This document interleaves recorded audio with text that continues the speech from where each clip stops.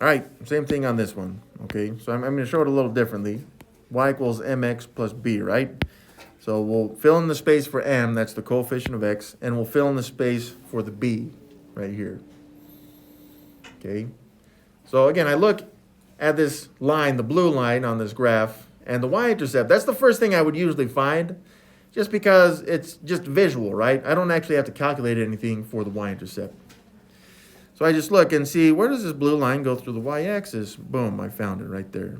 And what is this ordered pair? 0, -3. It is 0, -3 again. Hopefully that's not a problem. But then I just put it as -3 in the equation.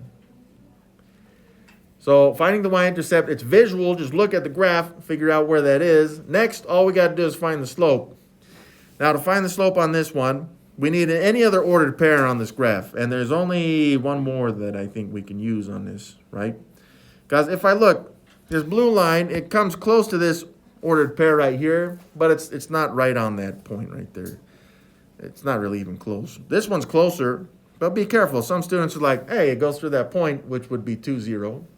But it does not. It does not go through that point. It's close, but not quite. This one's not even close. But this one is. This one's pretty close. See that? It's like, man, that blue line is so close to that ordered pair right there, but it is not. It does not go through that ordered pair. Again, this one, it's not so close. Oh, there it is. I found it. This one right here. Okay? So let's go back and see where that ordered pair is. Found it right there. And what is that ordered pair? Well, that looks like it's at x value is 5 right there, and the y value also is 5.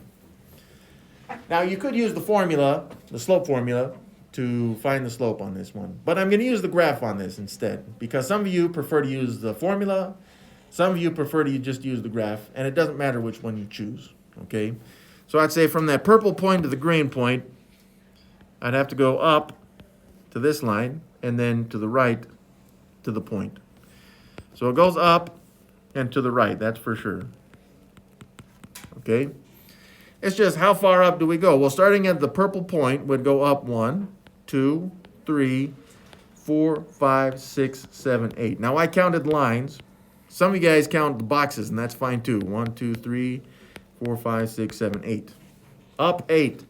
Now as a slope, up 8 is the rise, which means it's the numerator. Rise over run. Up 8. Now it's up, so it's positive 8. And then it goes to the right. Again, if I were to count lines, I'd start here. Then I'd go to the right. 1, 2, 3, 4, 5.